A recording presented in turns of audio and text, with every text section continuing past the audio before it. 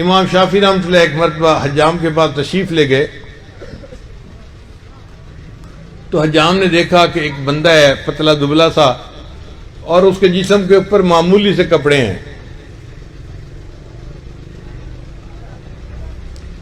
اتنے میں ایک نواب آ گیا بال کٹوانے کے لیے.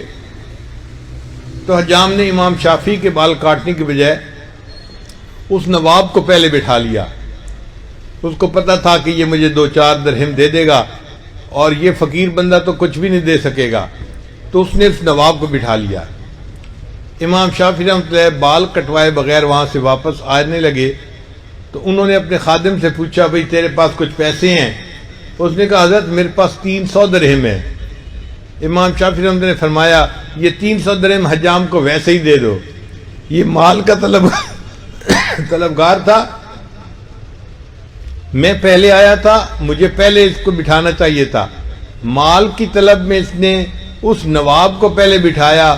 یہ مال کا طلبگار ہے, 2-3 ریال کی خاطر اس نے ایسا کیا. تو 300 ریال اس کو ویسے ہی دے دے. پھر وہاں سے جب چلے تو انہوں نے شعر پڑھے علیہ ثیاب لا یباع جمیعا, کہ میرے اوپر ایسے کپڑے ہیں اگر ان کپڑوں کو کوئی بندہ بیچے تو یہ سارے کپڑے مل کے ایک فلوس کے بدلے کوئی نہیں خریدے گا, 1 درہم کے بدلے کوئی نہیں خریدے گا. لیکن ان کپڑوں کے اندر ایک جان ہے, وہ اللہ کے ہاں اتنی قیمتی ہے, ساری دنیا کے خزانے مل جائیں اس جان کی قیمت ادا نہیں کر سکتے. اور یہی بات حضرت شاہ ولی احمد دہلوی رحمۃ اللہ نے ایک مرتبہ دہلی کی جامع مسجد میں جمعے کے خطبے میں کہی تھی.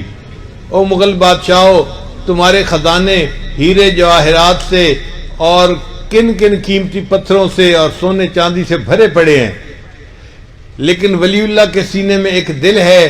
تم ساری دنیا کے خزانے اکٹھے کر کے لاؤ, تم اس دل کی قیمت ادا نہیں کر سکتے. تو جب یہ دل اللہ کی محبت سے بھر جاتا ہے تو اللہ کے ہاں قیمتی بن جاتا ہے.